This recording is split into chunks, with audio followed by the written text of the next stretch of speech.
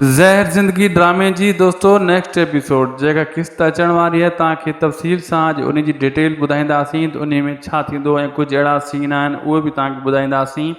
इन वीडियो खे ज़रूरु पूरो ॾिसिजो, तव्हांखे आराम सां कहाणी सम्झ में अची वेंदी।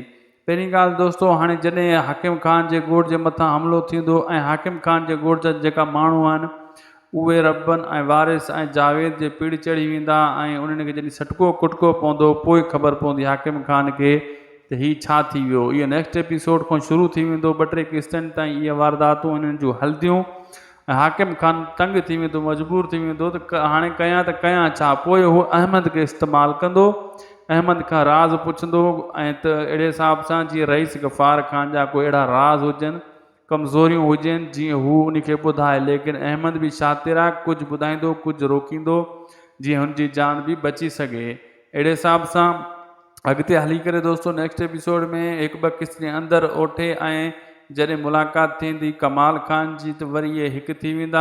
थी सघे थो त अॻिते हली बख्शू खे हटाए बि छॾनि रस्ते खां। बहरहाल मुंहिंजो 50% चांस आहे। ओठो फ़िलहाल रुलंदो थो वते हेॾे होॾे, लेकिन ओठो अॻिते हली कमाल ख़ान सां मिली वेंदो ॿीहर ई।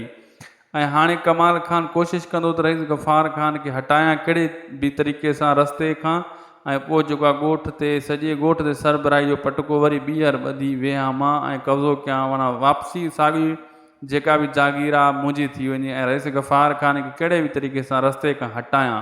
इन्हनि जा इहे ई प्रोग्राम हूंदा। अॻिते हली जेको आहे मीरा जे लाइ रबन अञा कोशिशूं कंदो ऐं अगरि अहमद उनखे हथु अची वियो हाकिम ख़ान जे ॻोठ त उहो रुली वेंदो। ठीकु आहे दोस्तों, ख़ुदा हाफ़िज़।